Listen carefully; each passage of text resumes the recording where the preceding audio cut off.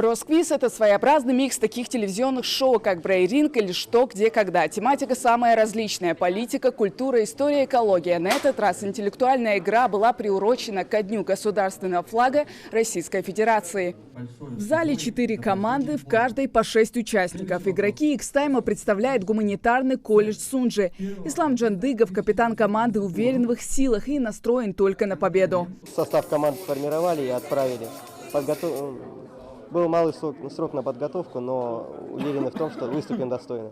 Не уступают в уверенности и другие команды. Соперники X-Time сегодня МГЕР, Политстартап и волонтеры Конституции, которые именуют себя доброй волей. В команде «Молодой гвардии» сегодня собралась такая разношерстная команда. Это и молодые люди, это люди с образованием, люди с 2 образованиями.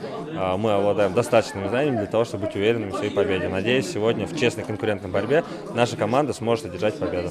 Комфортное волнение, это такое радостное волнение.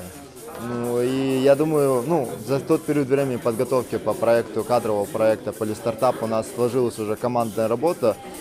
И именно такие неформальные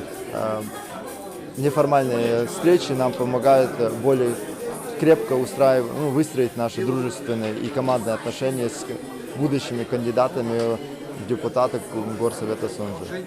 Когда впервые был поднят трехцветный флаг России, самый высокий флагшток в мире. Интеллектуальная игра – это непростой тест. За считанные секунды вспомнить единственно правильный ответ удается далеко не всем. Вопросы, звучавшие в зале, в основном касаются истории государственной символики России. В Росквиз 5 тематических раундов. На каждый ответ у команды есть всего полминуты. Не совсем честные производители алкоголя стали размещать государственные знаки Российской Федерации на своей алкогольной продукции. Если проводить аналогию с Западом, то там можно купить что-то вроде франшизы и размещать, например, флаг США на своих продуктах.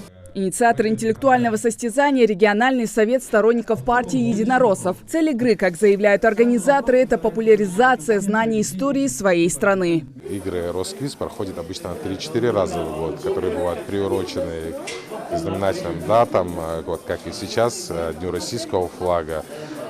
Команды, которые уже с нами играют, у нас даже есть некоторые команды, которые уже 7-8 раз с нами, которым нравятся эти мероприятия, участвуют. Мы им тоже всегда рады, мы, кстати, приглашаем и другие команды для участия, таких же молодых, амбициозных, умных ребят.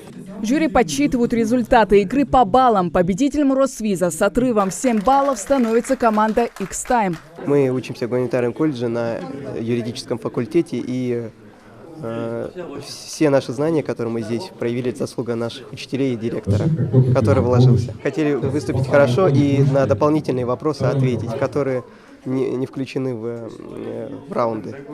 А насчет победы, то это было очень приятно.